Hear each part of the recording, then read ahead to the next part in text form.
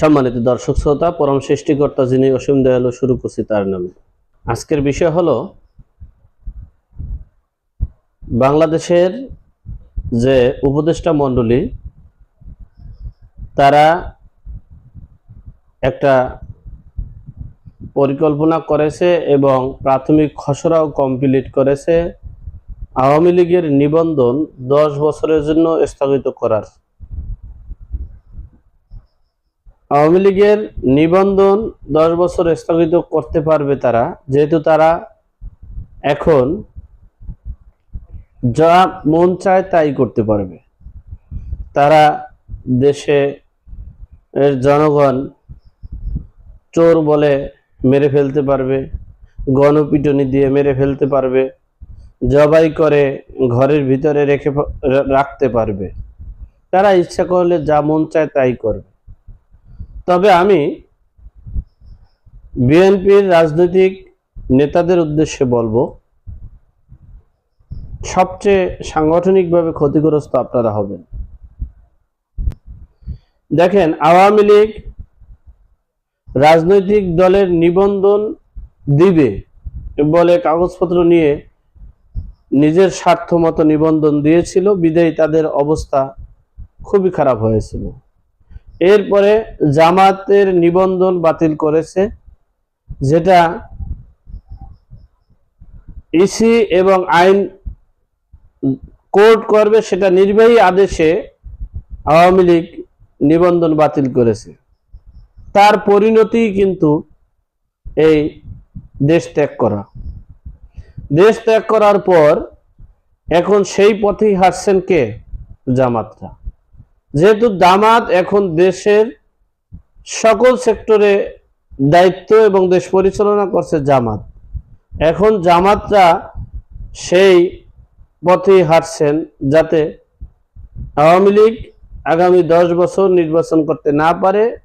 সেজন্য খসড়া চূড়ান্ত হয়ে গেছে, এখন শুধু প্রজ্ঞাপন জারি বাকি আছে।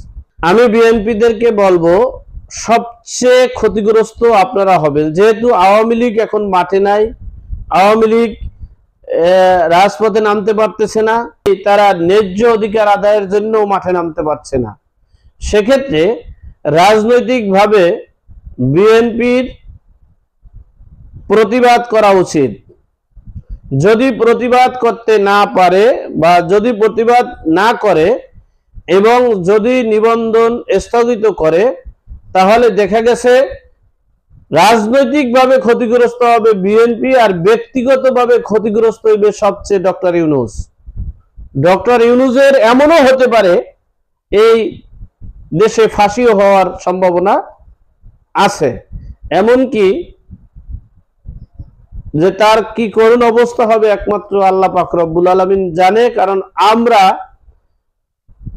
আমরা বলতে পারি একটা আশঙ্কা, একজনকে সতর্ক করতে পারি, বাট আমরা কোনো কিছুই করতে পারি না। সুতরাং আমি ডক্টর ইউনূস সাহেবকে বলবো, প্রতিহিংসা বশত